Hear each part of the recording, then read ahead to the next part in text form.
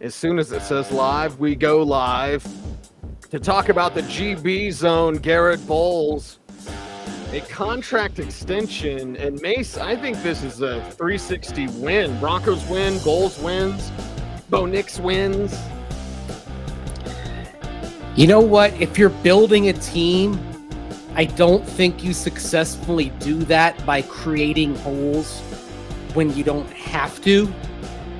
And if they had let Garett Bolles walk, it would have created a hole that didn't need to be there, because he's a good player, a top dozen left tackle, playing, I'd say, the best ball of his career. And he wants to be in Denver to the point where he took a contract, cease, that I believe is less than what he would have gotten on the open market. Yes, we'll get into the numbers. We'll get into the reasons why. All of it on Orange and Blue today, Thursday edition. Cecil, Lammey, Andrew Mason. And just a big congrats to Garett. What a story, Mace, in that he's had, and what a journey that he's had. He's had to essentially prove himself twice to the Denver Broncos, to his own team where he wants to stay. Tons to get to, but first, Mace, just a congratulations to him for having the mental strength to stick with it and get what he wants. Yeah, proving himself twice, because the first time, of course, the Broncos felt so strongly about keeping him that they didn't give him the fifth-year option as a first-round draft pick heading into the 2020 season. That's a move that you make when you don't believe in a guy. Mm-hmm. I mean, there have been lesser players who've gotten that fifth-year option. You know, they picked up the fifth-year option on Jerry Jeudy, for example, which is why he was traded to Cleveland and didn't simply walk in free agency. They picked up the fifth-year option on Bradley Roby. They did not pick up the fifth-year option on Garett Bolles back in 2020, so he had to earn it. And then Sean Payton and his new staff comes in. He's got to earn it again, coming off of a fractured ankle that cost him the last 12 games of the 2022 season. And now here we are talking about Garett Bolles signing a contract to where, if he plays it out, Cease, that's 12 seasons at left tackle. That's pretty impressive. Yeah, craziness, considering what we've seen and what we've had to go through. And that's another thing that he's had to go through, Mace. So many quarterbacks, so many coaches, so many changes, and still to steadily improve. He's not the same player, certainly. No. He's improved, he's grown, he's listened, because he feels loved. And when he feels loved, he feels like he's confident. He could trust you. Well, it's not a coincidence that the best years of his career came with Mike Munchak as the line coach and now Zach Strief as the line coach. Yep. Trust and love. Zach Strief even mentioned that to me over the summer, that he understood that Garett Bolles is a guy who needs to trust his coach. You have to build that. And Strief's style is very similar to Mike Munchak's style. It's very teaching oriented, process oriented. You don't hear much, if any, screaming at all in practice coming from the offensive line group. Back in 2022, you heard a lot of screaming coming from Butch Barry. Mm-hmm. Totally wrong coach for Garett Bolles. And even though he only played 5 games, his form was off. Garett Bolles' holding rate spiked in the 5 games he played for Butch Barry.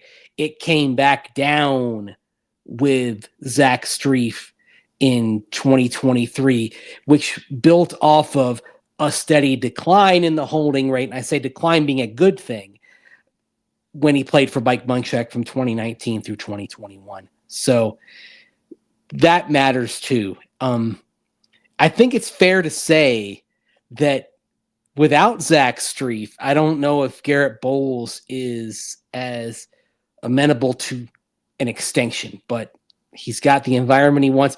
He's also, and something he talked at great length about today, he's got the structure that he wants. Sean Payton, a very structured system. And Garett Bolles, in talking about that, even though he didn't really want to throw past regimes under the bus, he kind of did. That structure, I thrive off of structure. I really do. And I think Coach Payton does a phenomenal job here with the structured program, the way we run practice, the way our schedule is, the way we eat, the way we train, the way we travel. Everything's the same thing every single day. And you can get in a rhythm. And you can get in, what your game plan is and what your day-to-day is, what you're going to do from day to day. And I'm not saying that's not how it was early on, but, it was just different. It was more clutter and, different things, we were going through and, all the distractions from, ownership to, different GMs, different players, different quarterbacks. And everyone was talking about us, that we need to do better. And, this whole city, wanted us to thrive. And I think I just put a lot on my own shoulders because I needed to do better. And a lot of it, I was causing a lot of problems with just the way I was playing, and I needed to fix it. And so, the structure is what, eliminates those distractions. And, you just got to focus on yourself. You got to focus on the team. And, this team's great. I love it. I love that too. The structure eliminates distractions. And I think that's something that's really key and probably kind of helps explain why Sean Payton has been more successful than most coaches. Of course, having Drew Brees for a while certainly explains that, but he was off to a 5-2 start with Jameis Winston at quarterback in 2021. Of course, famously, the Saints went 5-0 in Teddy Bridgewater starts when he filled in for Drew Brees late in 2018 and then for a good chunk of the 2019 season. Structure is what allows that to happen. Structure allows, like Garett Bolles has said, was just saying there, allows the player to kind of focus on their job, on their technique, on what they can do to get better. If they're not worried about all sorts of stuff around, of course, he did also say like ownership, GM, coaching, quarterbacks, and all that. He's seen some stuff around here. I'd rather use the strong word, but I'm not going to because I don't want to demonetize this thing. But he's seen some stuff in 8 seasons with the Broncos. And it's really cool that he's going to be around for what you hope is the start of a very successful run for the Broncos. It's part of why, hey, you were sad about Justin Simmons leaving and why Justin was sad about the notion of leaving when he talked about it in the locker room in Las Vegas last January, because if you've been through all the down times, you want to be able to enjoy the fruits of that. Unfortunately for Justin, he won't, but fortunately for Garett Bolles, he will.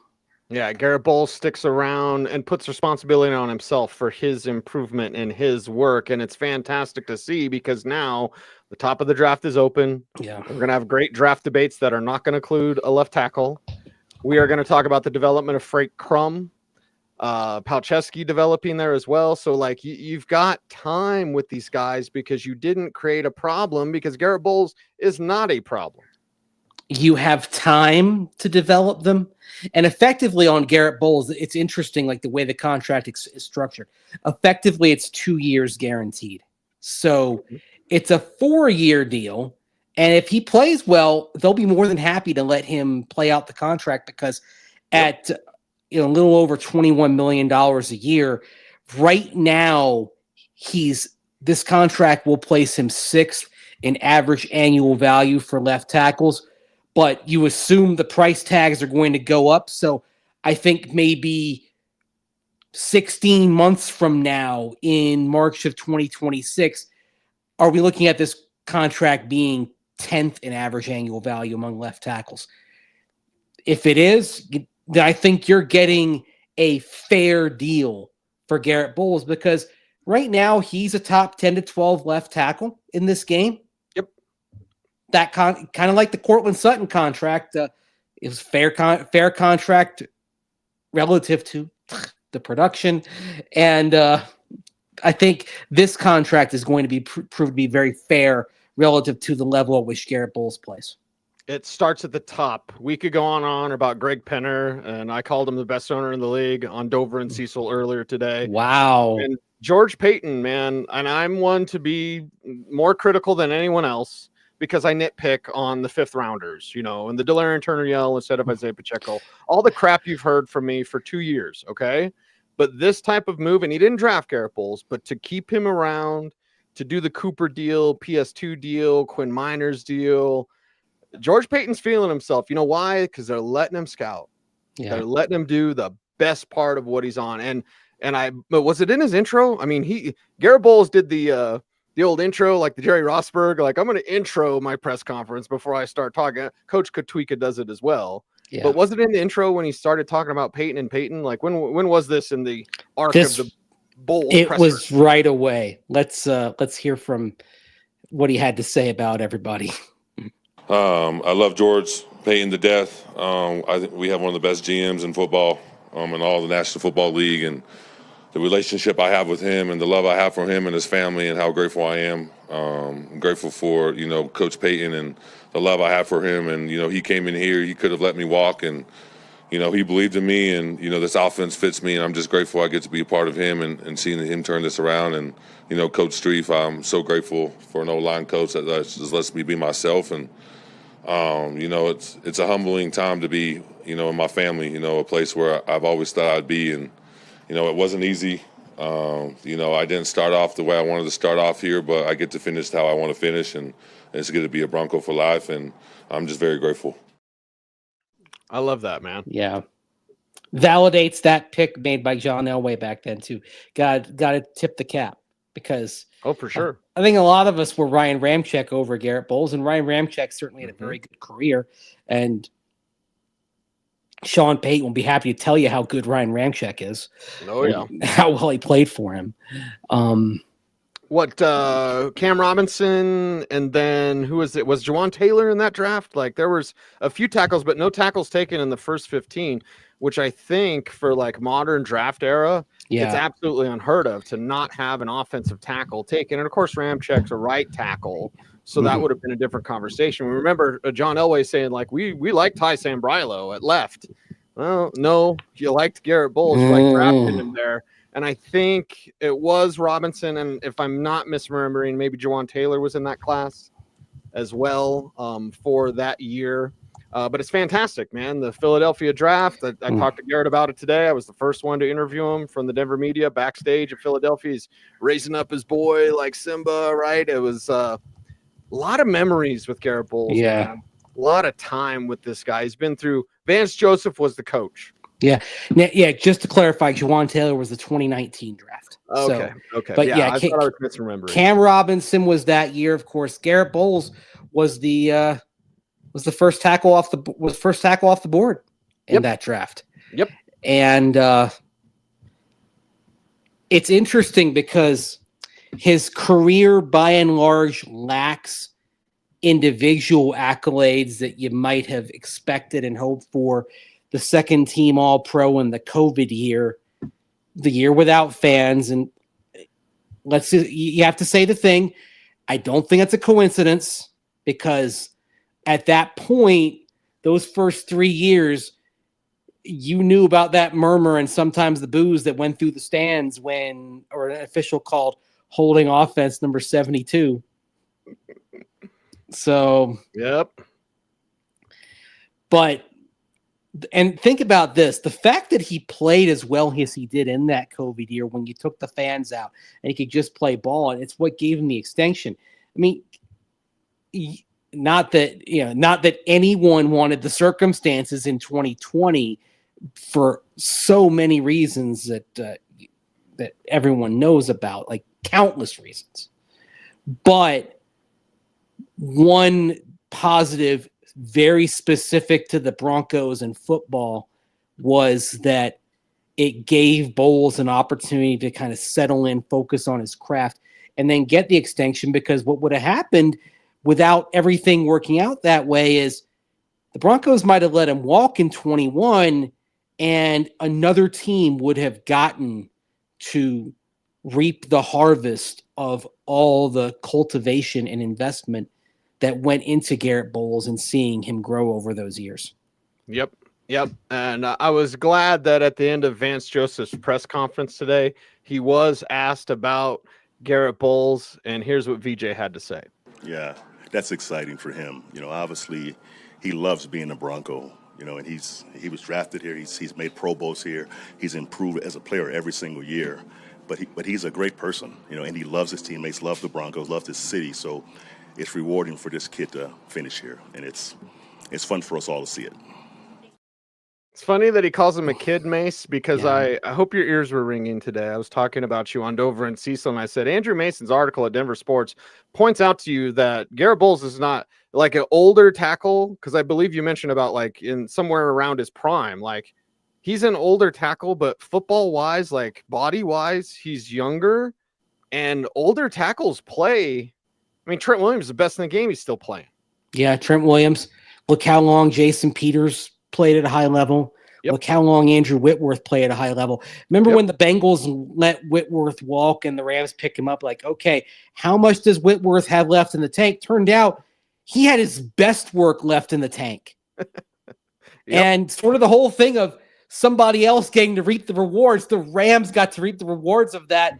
I mean, you think the Bengals wouldn't have loved to have Whitworth out there in Super Bowl 56? Oh, yeah. I mean, little things that made the difference in a very close game, right? Yep. So here we are now talking about Garett Bolles, and even it's weird to say this as he's going to be 33 next year. I think Garett Bolles' best play is still to come. That's awesome. He doesn't have a Pro Bowl selection yet. I'll call it. He's going to be a Pro Bowler at some point in this contract. He's going to be a Pro Bowler, and that'll be a nice little line of validation for a career that, barring injury, I think we're going to end up looking back on Garett Bolles' career and saying, man, this dude was, one of the best offensive linemen to ever come through here. Michael mentions Bolles could make the Ring of Fame. I'll tell you what, I think that's possible, but Ryan Clady should be in the Ring of Fame. Yes. I'd say if Ryan Clady never becomes a Ring of Famer, then Garett Bolles won't be a Ring of Famer.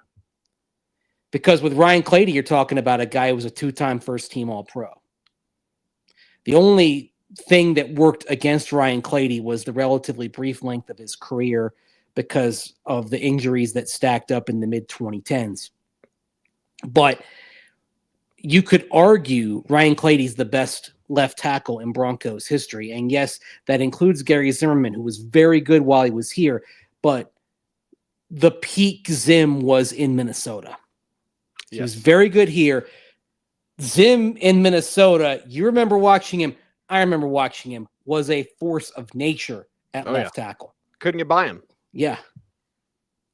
Stonewalled people. I mean, especially over there in the NFC when, back in those days, you were going against Lawrence Taylor and Dexter Manley and Richard Dent, and you just go down the list of the Charles Haley, you go down the list of these absolute holy terrors coming off the edge, and Zim had his way with all of them. By the way, and it's worth noting on Garett Bolles, for example, it comes after a game in which he helped shut down Myles Garrett. Hey, Max Crosby didn't get any sacks either. Yeah. Crosby coming from both sides, but it says a lot about the tackles right now. You have bookend tackles, and you have bookend tackles under contract. You've got you've got McGlinchey, who's playing really well, and you have Bolles, who's playing very well, and they're on the multi-year deals. Quinn Miners has a long-term deal. Ben Powers has a long-term deal. And then Luke Wattenberg, first year as a starter, second in the league in pass block win rate among interior offensive linemen. So that's not just centers, that's guards too. Mm-hmm. This offensive line is freaking legit. Best offensive line the Broncos have had here in many, many, many years. That is for sure and fantastic. Our guy Rodney, look at this. Today's my Friday. Tomorrow's my birthday. Here in the Great News on Bulls. Wow, go Broncos. Happy birthday, Rodney. It's your birthday. It's your birthday. Let's rope and ride Broncos. Howdy, y'all. Oh, my gosh. We're in Delaware. Yeah. By the way, like one of the cool moments today, we stand in an area waiting for practice to end. And so you hear the double horn, the team gathers. And you hear this roar coming from the players as, we can't see it. We're kind of around the corner. Right. And so I asked Adam Troutman, like, that was for GB, wasn't he? He's like, yeah, like the that was when they all gathered up and Sean, called out, brought up Garett Bolles for getting the 4-year contract and talking to people in the locker room. Man, just universal happiness for Garett Bolles. Mm-hmm.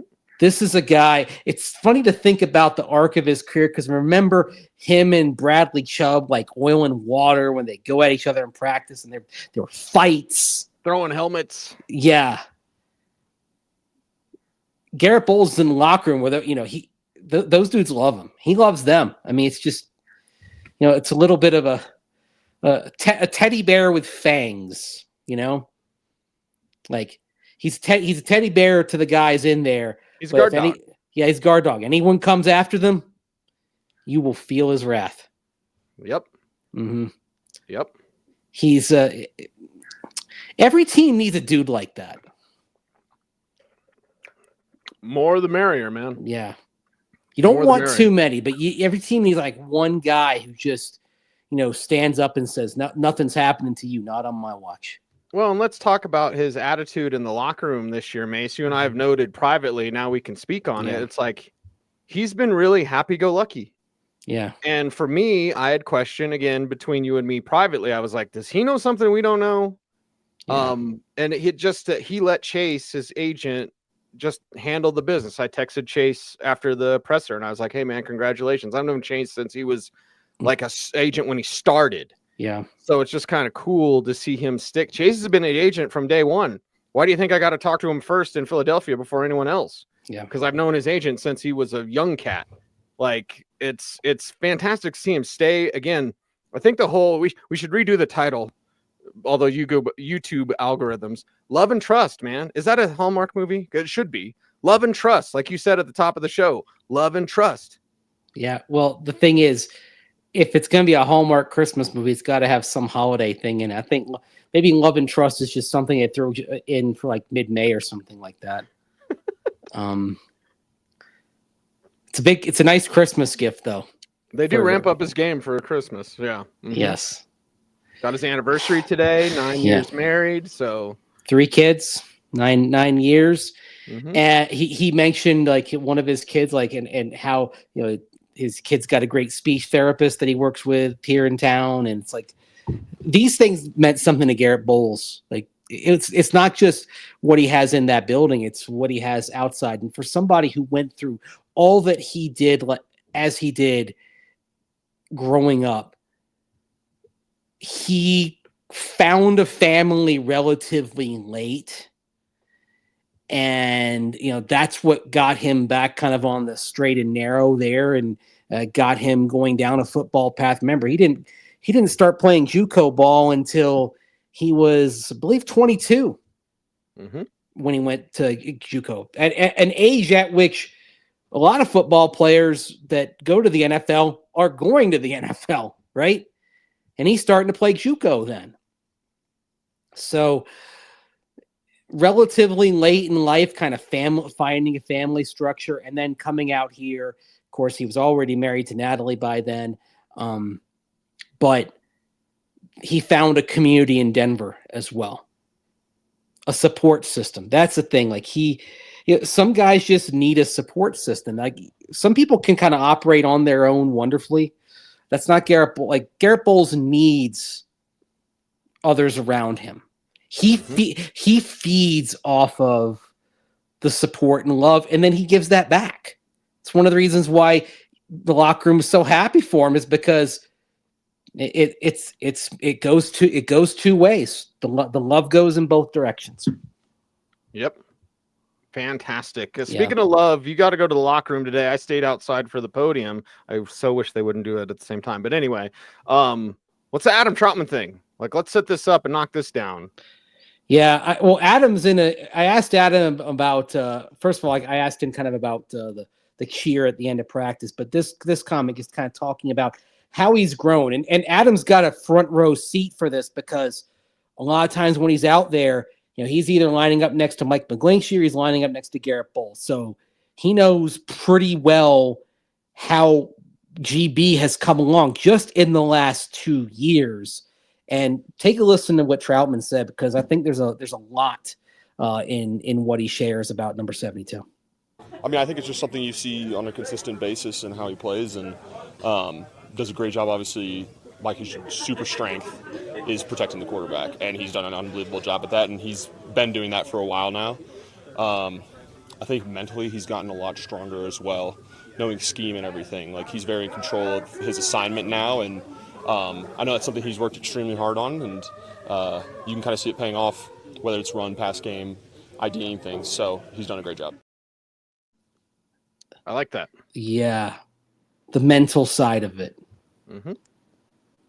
Some of that is certainly that you've been around the NFL for so long. Some of that is also just growing and understanding things conceptually. This offense, to succeed in it, you do your job, but it's also understanding how the parts fit, and that's especially important, and you talk about a guy like Troutman next to him, when they're doing combo blocks. You've got to succeed in that, you have to understand how all the pieces fit. And you look back at Garett Bolles, and one-on-one in pass pro, it's always been there. When you get to more combo stuff, when you get to the run blocking side of it, those are areas in which it took much longer. He was even talking about run blocking this summer as an area that he wanted to get better, in. And I think you've seen the results out there. The Broncos, they're sitting there top 5 in the league in run block win rate. Going to keep saying that until people out there get it. I know y'all watching this show get it, but not everyone out there gets it. Start spreading the news. Yeah, Lawrence Troutman will be a BFD head coach someday. Yeah, maybe. He could be a head coach. He could be a GM. By the way, speaking of coaching, I didn't include it in what I cut up, but I asked Joe Lombardi about the line coaches, Austin King and Zach Strief today, because obviously of their role in Garett Bolles. And Lombardi told this story about how when Strief was younger and he just was like explaining some technique concepts, and Lombardi said, if you want to go coach someday, you might be able to do well at that. And Strief just back then completely dismissed it. Remember, Zach Strief went into broadcasting immediately after his career. He was the radio voice of the New Orleans Saints. Like, it's pretty good. Play-by-play. He was really good. Mm-hmm. Really good. Like, he was on a track that I think could have led to him doing play-by-play nationally at some point. But you wonder what Sean Payton told him to kind of convince him to go into coaching and then convince him to come out here. He was the assistant O-line coach. Strief, I think, also was like part owner of a bar as well. Like, he had a lot of things going on. He doesn't need to coach, but I think he's getting a lot of rewards from it. And I think also the relationship part of it matters as well to these guys. And I think that's another reason why Zach Strief and Garett Bolles just click so well, is that relationships are important to both of them. Mm-hmm. Yep. So, relationship with George Payton. George Payton does a really good job of harvesting that relationship with players, even the players he doesn't draft, because if you don't draft him in 4 years, you might get him back. Yes. And even though you don't draft them, they can become your guys. I mean, Sean Payton didn't draft Garett Bolles. Garett Bolles is a Payton guy now, as in Sean Payton. Yep. And I think it's a compliment. Quinn Miners is a Sean Payton guy. Oh, yeah. It also, I think, tells you about sort of how Sean approached this and went about saying, let's not clear cut. There are some coaches that just come in and change as much as they can. With Sean, it's let's evaluate as many of these guys as we can. You and I talked last year about how it was an evaluation year. It was figuring out which guys are in and which guys are out. Garett Bolles, one of the guys that was in. They could have moved on from his contract this year with very minimal cap disruption, very minimal dead money. Chose not to. Yep. And now here we are, Garett Bolles, a Bronco for the next 4 years. And happy to see this for him. Really happy to see this for him. What a day, Mace. What a day. Yeah. All right. Well, let's wrap up today's program, and I'll give everyone the current number because everyone's excited. Da-da-da-da-da-da-da. And I'll give you the number it was when we started, too. Okay. The current number right now for our subscribers is 15,944. Okay. It was 15,940 when we started. We picked up 4 in the live show alone. Thank you. Okay. 56 left to go. 56. Who do you think of? For me, it's Pat Swilling. Because Yeah. people will say it's not. It's like Lawrence Taylor or whatever. But 56 to me is Pat Swilling. Okay. For Well, I was Broncos, thinking, right now it's Lavelle Bailey, right? right. I He's thought he was 57. Wasn't he 57? I thought Lavelle was 57. No, Lavelle's 56 right now. So 56. Smoke Dog was 56, wasn't he? Al Wilson, Yeah. Yeah. by far the best 56 in Broncos history. Michael Brooks, you and I remember that name as well. Yep. Larry Evans back in the 70s and 80s. Recently, Baron Browning. And a name that's sort of forgotten. There's Shane Ray back in the 2010s. But I'm going to bring up a guy named Ray May. Ray May, who came to the Broncos in 1973, traded from the Baltimore Colts. One of those guys who added a jolt of experience to that team, Super Bowl level experience. He played for the Colts when they won Super Bowl V. One of the glue guys on that 73 team that helped it get over the top and achieve the first winning season in Denver Broncos history there at 7-5-2. Fantastic. More than you ever want to know about Ray May, perhaps. But that's what we do on this program. Orange Yeah. and blue today. 56, man. 56. We're going to get you an OBT after dark. Yep. That'll be good. Little low light. We turn down the lights. Turn up the charm. As what was it when Faith No More remade the song Easy? Turn the lights down. This one's for the ladies in the house. Anytime you're gonna quote Faith No More, you know you're hitting me right in the feels, man. Yeah, Right in the feels, number one. And if you watch the post-game show, then of course you always see me throw in a little Mike Patton. Wolf Mother, you suck. So, there you go. Yep. There you go. There you go. All right, Mace. How can people help us out on YouTube? Like, Comment, share, subscribe, hit that notification bell.